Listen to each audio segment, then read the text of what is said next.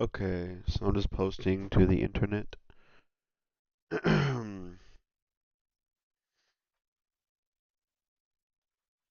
Reading chapter 4 of Are Prisons Obsolete by Angela Davis. Alright. Hello, everyone.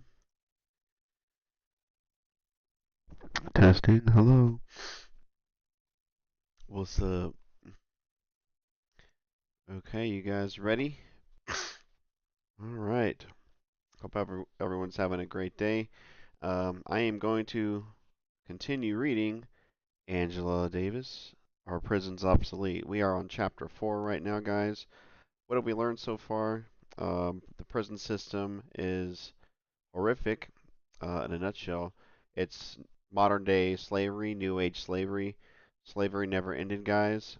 And just the harsh conditions that the people are living under, the expansion of the prison industrial complex, supermax prisons, how those have exploded, especially in the 1980s.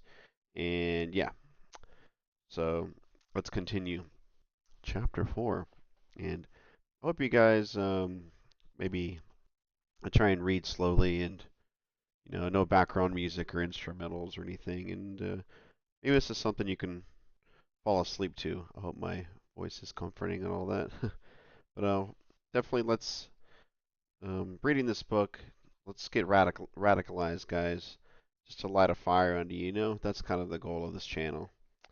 But anyways, chapter 4. Title: How Gender Structures the Prison System. Page 60. This starts off with a quote from Marcia Bunny. Quote, I have been told that I will never leave prison if I continue to fight the system. My answer is that one must be alive in order to leave prison, and our current standard of medical care is tantamount to a death sentence. Therefore, I have no choice but to continue. Conditions within the institution continually reinvoke memories of violence and oppression, often with devastating results. Unlike other incarcerated women who have come forward to reveal their impressions of prison, I do not feel safer here because the abuse has stopped. It has not stopped. It has shifted shape and paced itself differently, but it is as insidious and pervasive in prison as ever it was in the world I know outside these walls. What has ceased is my ignorance of the facts concerning abuse, and my willingness to tolerate it in silence. End quote. Begin. Over the last 5 years, the prison system has received far more attention by the media than at any time since the period following the 1971 Attica Rebellion. However, with a few important exceptions, women have been left out of the public discussions about the expansion of the U.S. prison system. I am not suggesting that simply bringing women into the existing conversations on jails and prisons will deepen our analysis of state punishment and further the project of prison abolition. Addressing issues that are specific to women's prisons is of vital importance, but it is equally important to shift the way we think about the prison system as a whole. Certainly, women's prison practices are gendered, but so, too, are men's prison practices. To assume that men's institutions constitute the norm and women's institutions, I'm going to hold the book up so you can see it, are marginal is, in a sense, to participate in the very normalization of prisons that an abolitionist approach seeks to contest. Thus, the title of this chapter is not Women in the Prison System, but rather How Gender Structures the Prison System. Moreover, scholars and activists who are involved in feminist projects should not consider the structure of state punishment as marginal to their work. Forward-looking research and organizing strategies should recognize that the deeply gendered character of punishment both reflects and further entrenches the gendered structure of the larger society. Women prisoners have produced a small but impressive body of literature that has illuminated significant aspects of the organization of punishment that would have otherwise remained unacknowledged. Asada Shakur's memoirs, for example, reveal the dangerous intersections of racism, male domination, and state strategies of political repression. In 1977, she was convicted on charges of murder and assault in connection with the 1973 incident that left one New Jersey state trooper dead and another wounded. She and her companion, Zayed Shakur, was killed during the shootout, were the targets of what we now name racial profiling and were stopped by state troopers under the pretext of a broken taillight. At the time, Asada Shakur, known then as Joanne Chesimard, was underground and had been anointed by the police and the media as the quote, soul of the Black Liberation Army. By her 1977 conviction, she either had been acquitted or had charges dismissed in 6 other cases, upon the basis of which she had been declared a fugitive in the first place.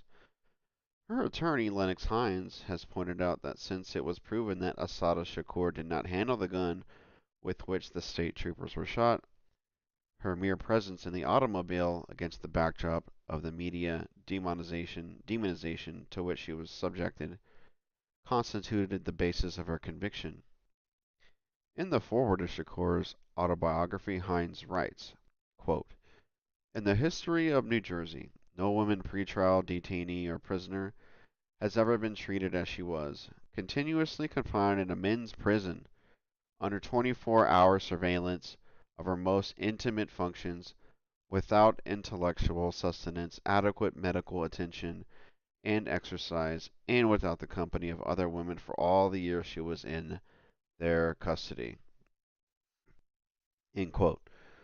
There is no doubt that Asada Shakur's status as a black political prisoner accused of killing a state trooper caused her to be singled out by the authorities, or unusually cruel treatment. However, her own account emphasizes the extent to which her individual experiences reflected those of other imprisoned women, especially black and Puerto Rican women. Her description of the strip search, which focuses on the internal examination of body cavities, is especially revealing. Quote, um, Joan Bird and Afeni Shakur, members of the Black Panther Party, had told me about it after they had been bailed out in the Panther 21 trial. When they had told me, I was horrified. Another quote within a quote. You mean they really put their hands inside you to search you? I had asked. Uh-huh, they answered. Every woman who has ever been on the Rock or in the old house of detention can tell you about it. The women call it getting the finger, or more vulgarly, getting finger fucked. What happens if you refuse? I had asked Afeni. They lock you in the hole and they don't let you out until you consent to be searched internally. I thought about refusing, but I sure as hell didn't want to be in the hole. I had had enough of solitary. The internal search was as humiliating and disgusting as it sounded. You sit on the edge of this table, and the nurse holds your legs open and sticks a finger in your vagina and moves it around. She has a plastic glove on. Some of them try to put one finger in your vagina and another one up your rectum at the same time. End quote. Sheesh. Mm-mm. I have quoted this passage so extensively because it exposes an everyday routine in women's prisons that verges on sexual assault as much as it is taken for granted. Having been in prison in the women's house of detention, to which Joan Bird and Afeni Shakur refer, I can personally affirm the veracity of their claims. Over 30 years after Bird and Afeni Shakur were released, and after I myself spent several months in the women's house of detention, this issue of the strip search is still very much on the front burner of women's prison activism. In 2001, Sisters Inside, an Australian support organization for women prisoners, launched a national campaign against the strip search, the slogan of which was Stop State Sexual Assault. Asada Shakur's autobiography provides an abundance of insights about the gendering of state punishment and reveals the extent to which women's prisons have held onto oppressive, patriarchal practices that are considered obsolete in the free world. She spent 6 years in several jails and prisons before escaping in 1979 and receiving political asylum by the Republic of Cuba in 1984, where she lives today. Very cool. Elizabeth Gurley Flynn wrote an earlier account of life in a women's prison titled The Alderson Story: My Life as a Political Prisoner. At the height of the McCarthy era, Flynn, a labor activist and communist leader, was convicted under the Smith Act and served 2 years in Alderson Federal Reformatory for Women from 1955 to 1957. Following the dominant model for women's prisons during that period, Alderson's regimes were based on the assumption that criminal women could be rehabilitated by assimilating correct womanly behaviors, that is, by becoming experts in domesticity, especially cooking, cleaning, and sewing, of course. Training designed to produce better wives and mothers among middle class white women effectively produced skilled domestic servants among black and poor women. Flynn's book provides vivid descriptions of these everyday regimes. Her autobiography is located in a tradition of prison writing by political prisoners that also includes women of this era. Contemporary writings by women political prisoners today include poems and short stories by Erica Huggins and Susan Rosenberg, analysis of the prison industrial complex by Linda Evans, and curricula for HIV/AIDS education in women's prisons by Kathy Boudin and the members of the Bedford Hills ACE collective. Despite the availability of perceptive portrayals of life in women's prisons, it has been extremely difficult to persuade the public, and even on occasion to persuade prison activists, who are primarily concerned with the plight of male prisoners, of the centrality of gender to an understanding of state punishment. Although men constitute the vast majority of prisoners in the world, important aspects of the operation of state punishment are missed if it is assumed that women are marginal and thus undeserving of attention. The most frequent justification for the inattention to women prisoners and to the particular issues surrounding women's imprisonment is the relatively small proportion of women among incarcerated populations throughout the world. In most countries, the percentage of women among prison populations hovers around 5%. However, the economic and political shifts of the 1980s, the globalization of economic markets, the deindustrialization of the U.S. economy, the dismantling of such social service programs as aid to families of dependent children, and, of course, the prison construction boom produced a significant acceleration in the rate of women's imprisonment both inside and outside the United States. In fact, women remain today the fastest growing sector of the U.S. prison population. This recent rise in the rate of women's imprisonment points directly to the economic context that produced the prison industrial complex and that has had a devastating impact on men and women alike. It is from this perspective of the contemporary expansion of prisons, both in the U.S. and throughout the world, that we should examine some of the historical and ideological aspects of state punishment imposed on women. Since the end of the 18th century, when, as we have seen, imprisonment began to emerge as the dominant form of punishment, convicted women have been represented as essentially different from their male counterparts. It is true that men who commit the kinds of transgressions that are regarded as punishable by the state are labeled as social deviants. Nevertheless, masculine criminality has always been deemed more normal than feminine criminality.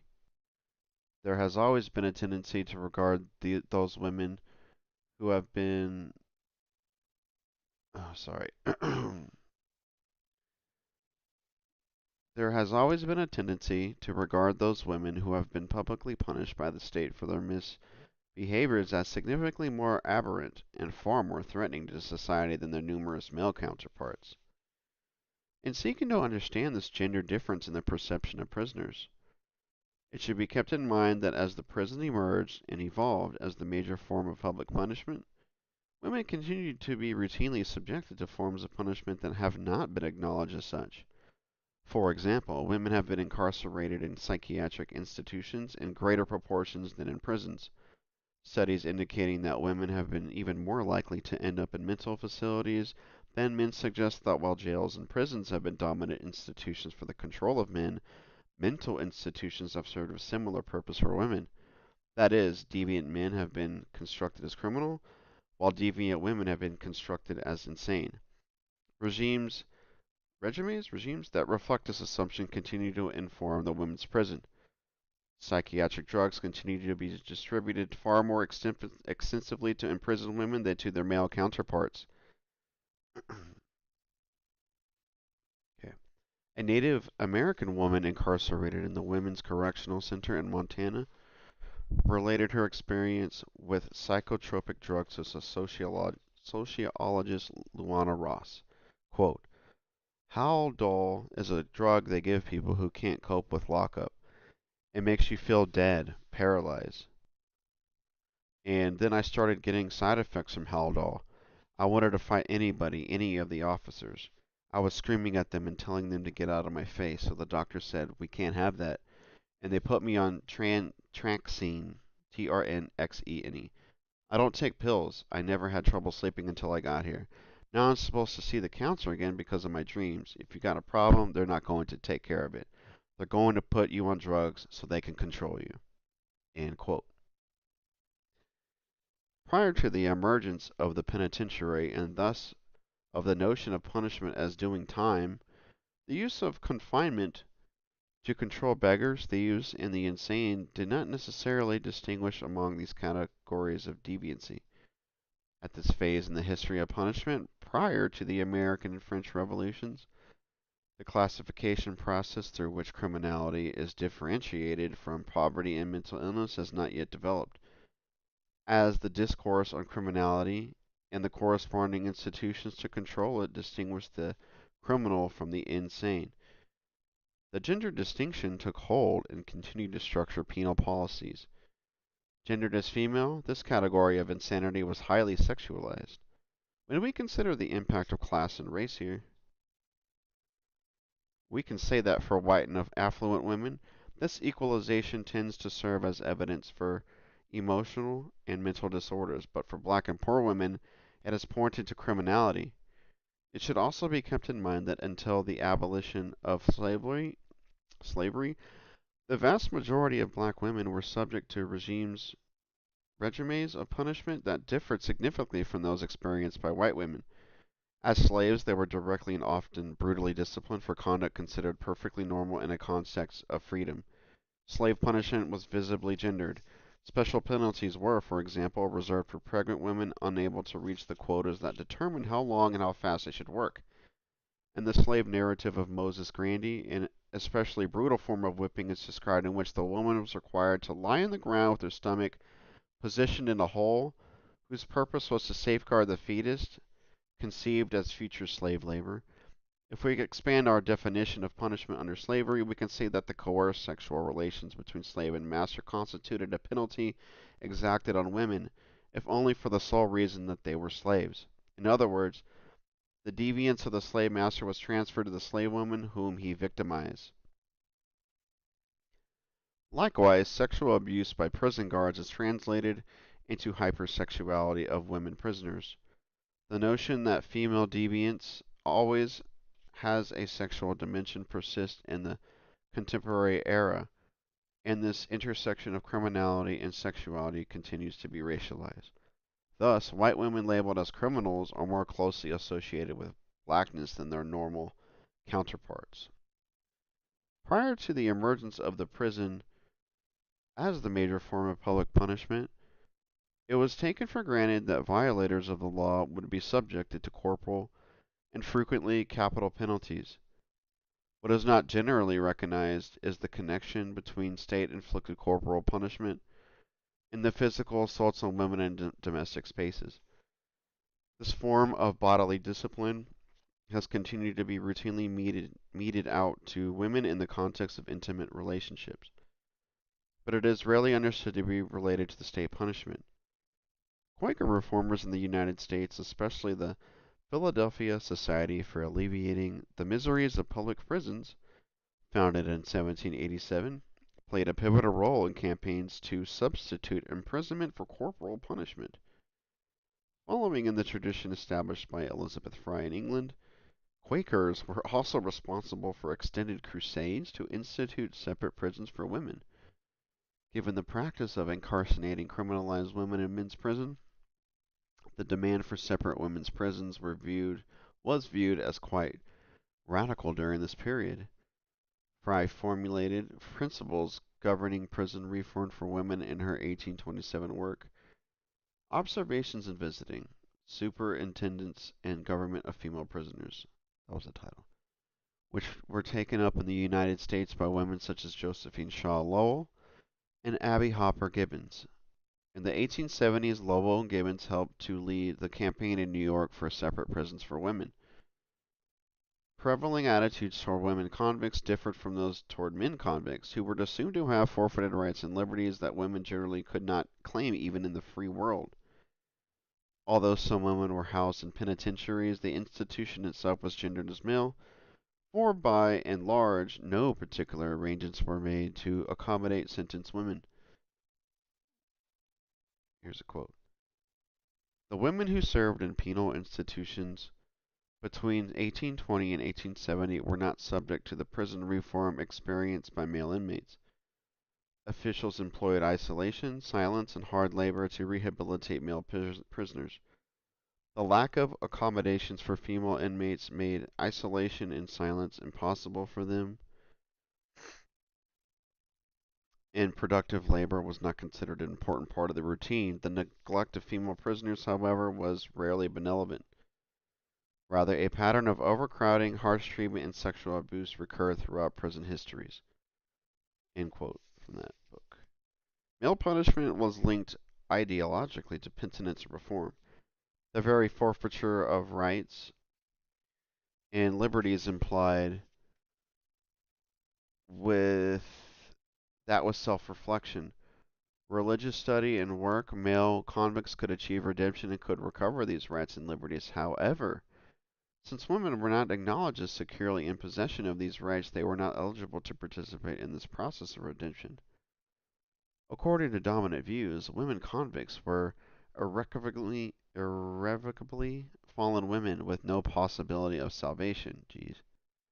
If male criminals were considered to be public individuals who had simply violated the social contract, female criminals were seen as having transgressed fundamental moral principles of womanhood.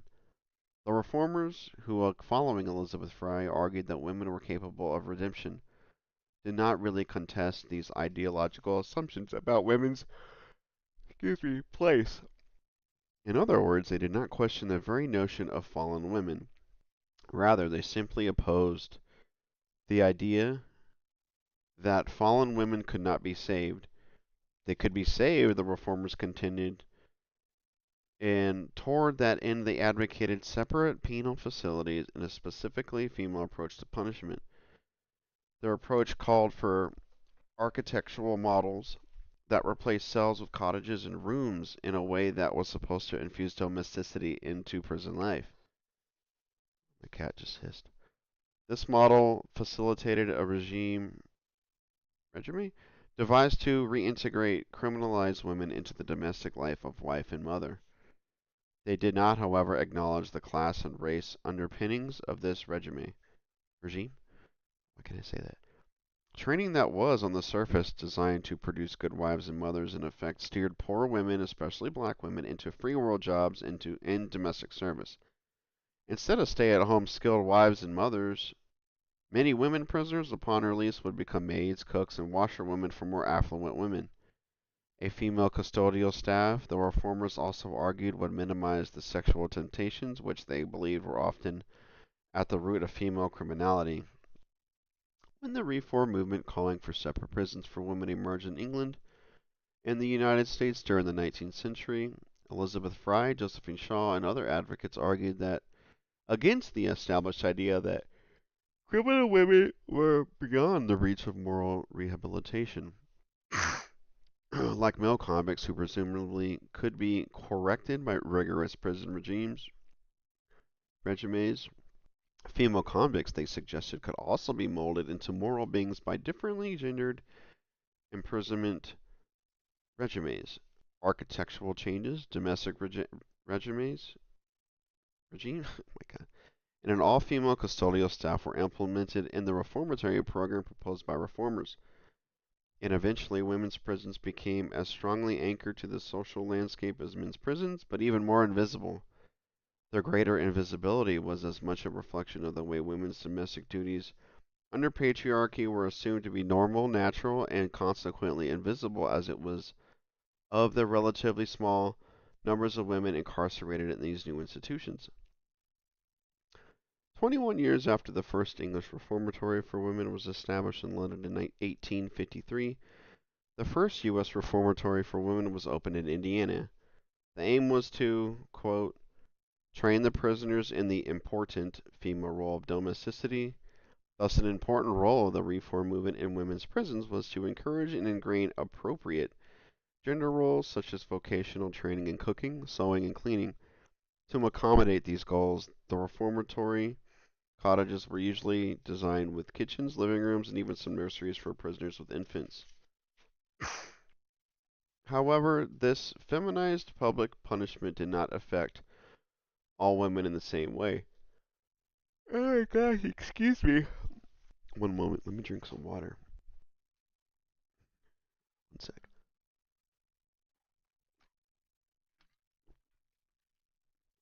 Oh yeah. Pardon me. Um, alright, continue. However, this feminized public punishment did not affect all women in the same way. When black and Native American women were imprisoned in reformatories, they were often segregated from white women. Moreover, they tended to be disproportionately sentenced to men prisons. In the southern states in the aftermath of the Civil War, black women endured the cruelties of the convict lease system unmitigated by the feminization of punishment. Neither their sentences nor the labor they were compelled to do were lessened by virtue of their gender. As the U.S. prison system evolved during the 20th century, feminized modes of punishment, the cottage system, domestic training, and so on were designed ideologically to reform white women, relegating women of color in large part to realms of public punishment that made no pretense of offering them femininity.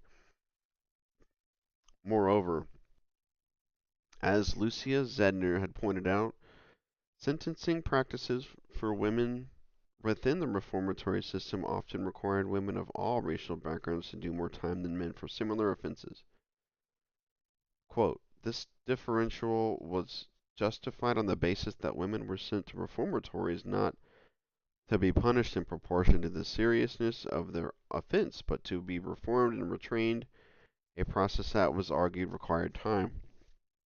At the same time, Zedner points out this tendency to send women to prison for longer terms than men was accelerated by the eugenics movement, which sought to have genetically inferior women removed from social circulation for as many of their children bearing years as possible. End quote. At the beginning of the 21st century, women's prisons have begun to look more like their male counterparts, particularly facilities constructed in the contemporary area of the prison industrial complex. As corporate involvement in punishment expands in ways that would have been unimaginable just 2 decades ago, the prison's presumed goal of rehabilitation has been thoroughly displaced by incapacitation as the major objective of imprisonment. As I have already pointed out, now that the population of U.S. prisons and jails has surpassed 2 million people, the rate of increase in the numbers of women prisoners has exceeded that of men. As criminologist Elliot Curry has pointed out, quote, for most of the period after World War II, the female incarceration rate hovered at around 8 per 100,000. It did not reach double digits until 1977. Today it is 51 per 100,000. At the current rates of increase, there will be more women in American prisons in the year 2010 than there were inmates of both sexes in 1970. When we combine the effects of race and gender, the nature of these shifts in the prison population is even clearer. The prison incarceration rate for black women today exceeds that for white men as recently as 1980. End quote. Shit. Luana Ross's study of Native American women incarcerated in the Women's Correctional Center in Montana argues that prisons, as employed by the Euro American system, operate to keep Native Americans in a colonial situation. She points out that the Native people are vastly overrepresented in the country's federal and state prisons. In Montana, where she did her research, they constitute 6% of the general population, but 17.3% of the imprisoned population. Native women are even more disproportionately present in Montana's prison system. They constitute 25% of all women imprisoned by the state. 30 years ago, around the time of the Attica uprising and the murder of George Jackson of San Quentin, radical opposition to the prison system identified it as a principal site of state violence and repression, in part as a reaction to the invisibility of women prisoners in this movement, and in part as a consequence of the rising women's liberation movement. Specific campaigns developed in defense of the rights of women prisoners. Many of these campaigns put forth and continue to advance radical critiques of state repression and violence. Within the correctional community, however, feminism has been influenced largely by liberal constructions of gender equality. In contrast to the 19th century reform movement, which was grounded in an ideology of gender difference, late 20th century reforms have relied on a separate but equal model. This separate but equal approach often has been applied uncritically, ironically resulting in demands for more repressive conditions in order to render women's facilities equal to men's. A clear example of this can be discovered in a memoir titled The Warden Wore Pink, written by a former warden of Huron Valley Women's Prison in Michigan. There in the 1980s, the author, Tekla Miller, advocated a change in policies within the Michigan correctional system that would result in women prisoners being treated the same as men prisoners. With no trace of irony, she characterizes as feminist her own fight for gender equality between male and female prisoners and for equality between male and female institutions of carceration. One of these campaigns focuses on the unequal allocation of weapons, which she sought to remedy. Quote, arsenals in men's prisons are large rooms with shelves of shotguns, rifles, handguns, ammunition, gas canisters, and riot equipment. Huron Valley Women's Arsenal was a small 5 feet by 2 feet closet that held 2 rifles, 8 shotguns, 2 bullhorns, 5 handguns, 4 gas canisters, and 20 sets of restraints. End quote. It does not occur to her that a more productive version of feminism would also question the organization of state punishment for men as well, and, in my opinion, would seriously consider the proposition that the institution as a whole, gendered as it is, calls for the kind of critique that might lead us to consider its abolition. Miller also describes the case of an attempted escape by a woman prisoner. The prisoner climbed over the razor ribbon but was captured after she jumped to the ground on the other side.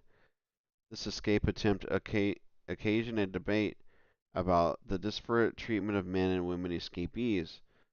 Miller's position was that guards should be instructed to shoot at women just as they were instructed to shoot at men. She argued that parity for women and men prisoners should consist in their equal right to be fired upon by guards. The outcome of the debate, Miller observed, was that, quote, escaping women prisoners in medium or higher security prisons are treated the same way as men. A warning shot is fired. If the prisoner fails to halt and is over the fence, an officer is allowed to shoot to injure. If the officer's life is in danger, the officer can shoot to kill. End quote. Paradoxically, demands for parity with men's prisons instead of creating greater educational, vocational, and health opportunities for women prisoners often have led to a more oppressive conditions for women. This is not only a consequence for deploying liberal, that is, formalistic, notions of equality, but of more dangerous, allowing male prisons to function as the punishment norm.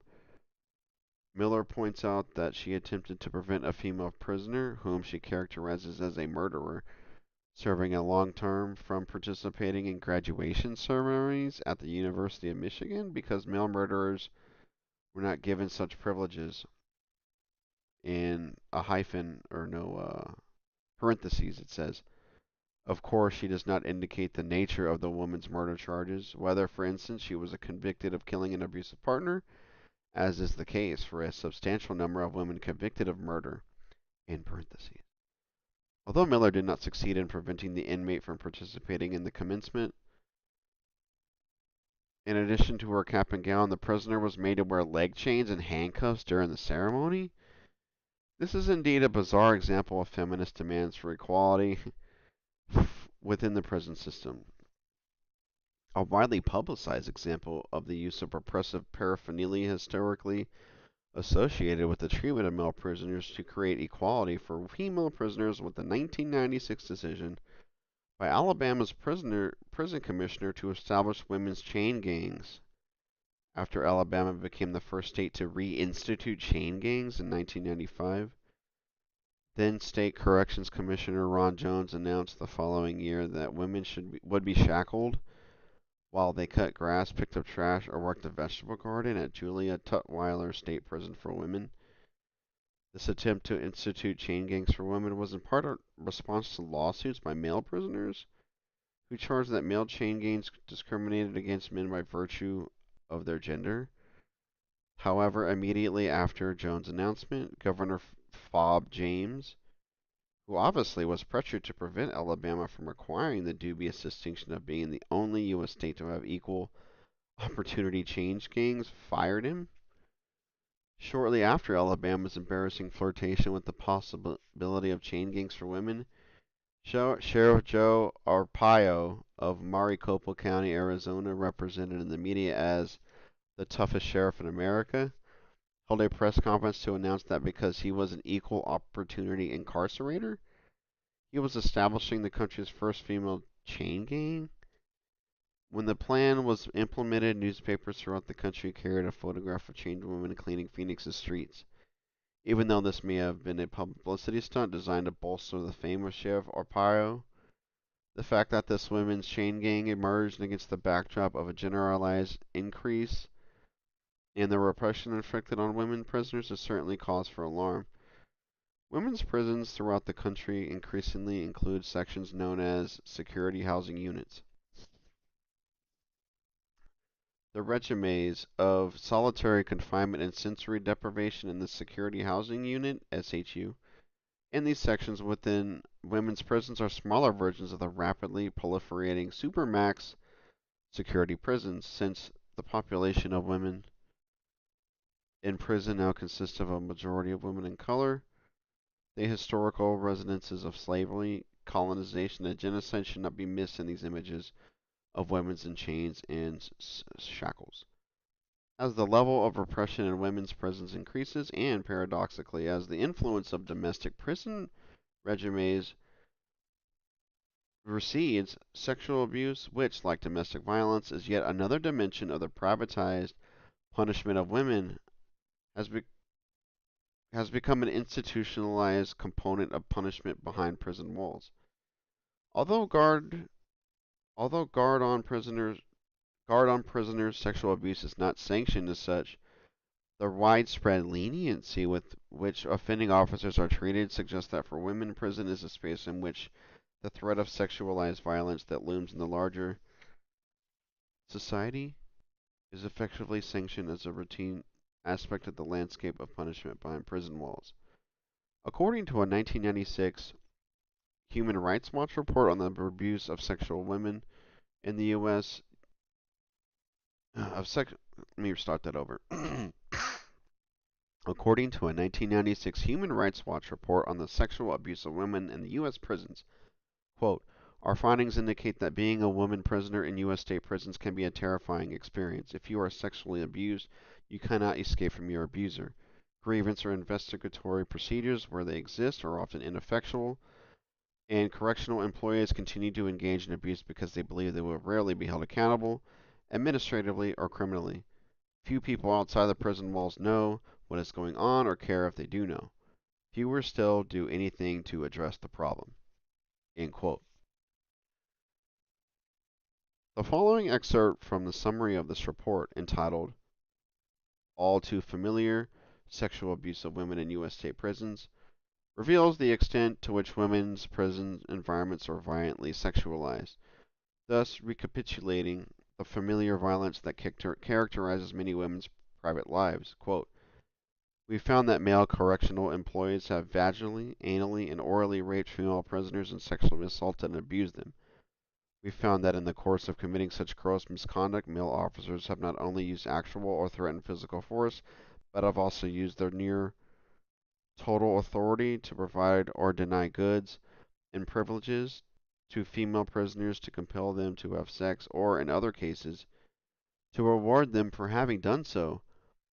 In other cases, male officers have violated their most basic professional duty and engaged in sexual contact with female prisoners, absent the use of threat or force or any material exchange.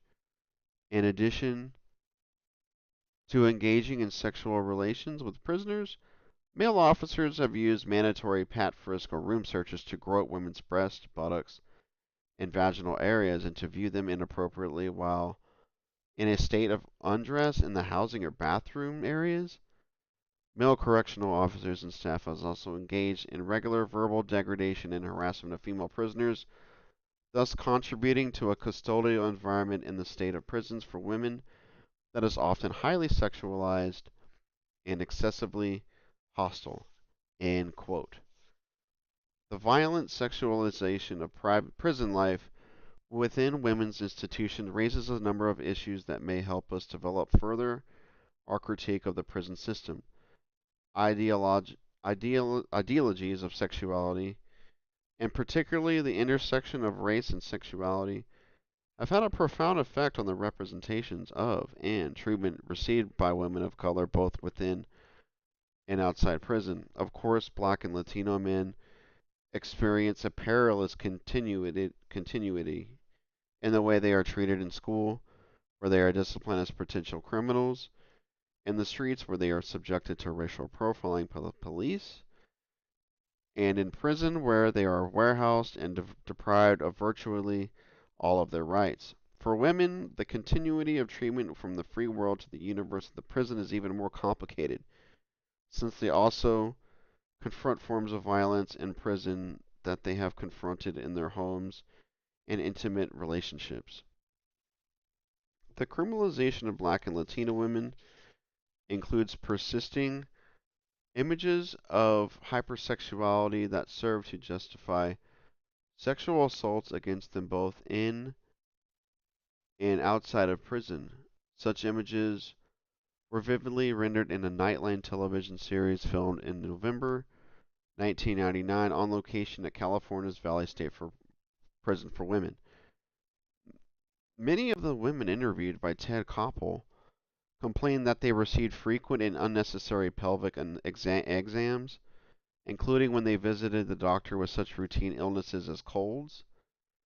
In an attempt to justify these exams, the chief medical officer complained that women prisoners had rare opportunities for male contact and that they therefore welcomed these superfluous gene gyne, gynecological exams. Although this officer was eventually removed from his position as a result of these comments, his reassignment did little to alter the pervasive vulnerability of imprisoned women to sexual abuse. Mm-mm-mm. Studies on female prisons throughout the world indicate that sexual abuse is an abiding, although unacknowledged, form of punishment to which women who have the misfortune of being sent to prison are subjected. This is one aspect of life in prison that women can expect to encounter, either directly or indirectly, regardless of the written policies that govern the institution. In June 1998, Radhika Kumaraswamy, the United Nations Special Rapporteur for Violence Against Women, visited federal and state prisons as well as immigration and naturalization detention facilities in New York, Connecticut, New Jersey, Minnesota, Georgia, and California. She was refused permission to visit women's prisons in Michigan, where serious allegations of sexual abuse were pending. In the aftermath of her visits, Kumaraswamy announced that sexual misconduct by prison staff is widespread in American women's prisons. This clandestine institutionalization of sexual abuse violates one of the guiding principles of the United Nations Standard Minimum Rules for the Treatment of Prisoners, a UN instrument first adopted in 1955 and used as a guideline by many governments to achieve what is known as good prison practice. However, the U.S. government has done little to publicize these rules, and it is probably the case that most correctional personnel have never heard of these UN standards. I have not. According to the standard minimum rules, quote, imprisonment and other measures which result in cutting off an offender from the outside world are afflictive by the very fact of taking from the person the right of self-determination by depriving him of his liberty.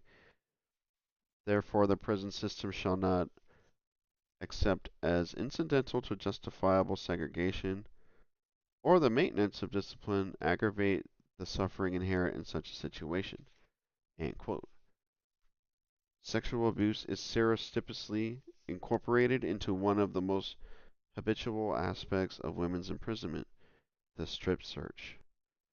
As activists and prisoners themselves have pointed out, the state itself is directly implicated in this routine routinization of sexual abuse, both in permitting such conditions that render women vulnerable to explicit sexual coercion carried out by guards and other prison staff, and by incorporating into routine policies such practices as a strip search and body cavity search. Australian lawyer activist Amanda George has pointed out that, quote, the acknowledgement that sexual assault does occur in institutions for people with intellectual disabilities, prisons, psychiatric hospitals, youth training centers, and police stations usually centers around the criminal acts of rape and sexual assault by individuals employed in those institutions. These offenses, though they are rarely reported, are clearly understood as being crimes for which the individual and not the state is responsible. At the same time as the state deplores unlawful sexual assaults by its employees, it actually uses sexual assault as a means of control.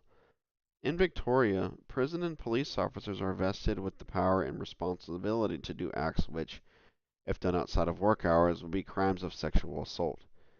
If a person does not consent to being stripped naked by these officers, force can lawfully be used to do it.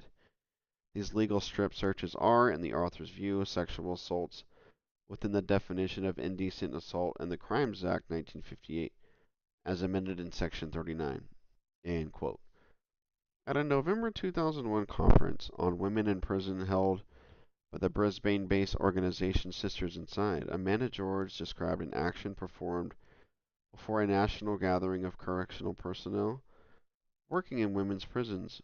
Several women seized control of the stage and, some playing guards, others playing the roles of prisoners, dramatized a strip search. According to George, the gathering was so repulsed by this enactment of a practice that occurs routinely in women's prisons everywhere that many of the participants felt compelled to disassociate themselves from such practices, insisting that this was not what they did. Some of the guards, George said, simply cried upon watching representations of their own actions outside the prison context. What they must have realized is that without the uniform, without the power of the state, the strip search would be sexual assault. But why is an understanding of the pervasiveness of sexual abuse in women's prisons an important element of a radical analysis of the prison system, and especially of those looking forward analyses that lead us in the direction of abolition?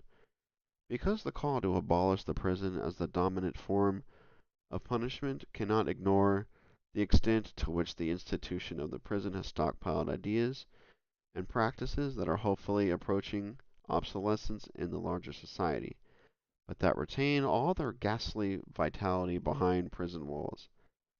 The destructive combo of racism and misogyny, however much it has been challenged by social movements, scholarship, and art over the last 3 decades, retains all its awful consequences within women's prisons. The relatively uncontested presence of sexual abuse in women's prisons is one of many such examples. The increasing evidence of a U.S. prison industrial complex with global resonances lead us to think about the extent to which the many corporations that have acquired an investment in the expansion of the prison system are, like the state, directly implicated in an institution that perpetuates violence against women. In Chapter 4. All right, guys, what have we learned today? The number of women being in prison is skyrocketing. It equals the levels of men only a few decades ago, not very long. Um, strip searches, sexual abuse is a huge freaking problem. It's pretty shocking. I mean, I definitely can't imagine what happens in men's prisons, but now I can't freaking reading this chapter. Can't imagine what happens in a women's prisons. Um, so chapter 5 is titled. We're going to read this a different day. Chapter 5 is titled The Prison Industrial Complex. I'm actually really excited for this one, guys. Um, I like follow the money. There's always money, money, money, money. Greed, so probably a lot of statistics that are going to be in there. How sick the private prison industrial complex is, like how stocks, the more prisoners you have, the higher your stocks are. So, really excited to read chapter 5, guys. Sorry it took me like a month or so to get back to reading this fantastic book here. But my house flooded, and I went on vacation for a little bit. I think this might be the last chapter, dude. No, there's a chapter 6 as well. But we are like 2/3 of the way in. Not much left, guys. So that's page 84. I'm going to leave that. So, thank you for watching this book reading today, and I'm going to continue to do these. I hope you've learned something today, and I've been really trying to cut phone screen time down, guys, and I hope you do the same. Pick up a book, guys. The past 15 years I've barely been reading, maybe like one book a year, not even. So, gonna do better on that part. It feels really good to get lost in a book. And I've been trying to do that a lot lately because an hour will fly by. I'm like, wow, that felt really good. I love when time flies like that. So, what else? Definitely streaming a lot of indie games lately, guys. I'm having a blast. So, check out my YouTube channel, X. I call it Twitter still, but Blue Sky. I log every movie I watch on Letterboxd. I'm slacking on movies, guys. Haven't been watching much at all. So, film, games, speaking up for the oppressed, if that's your jam, give me a follow somewhere, guys. I'm across all social media. And I hope to meet some of y'all. Like, comment, help me in that algorithm.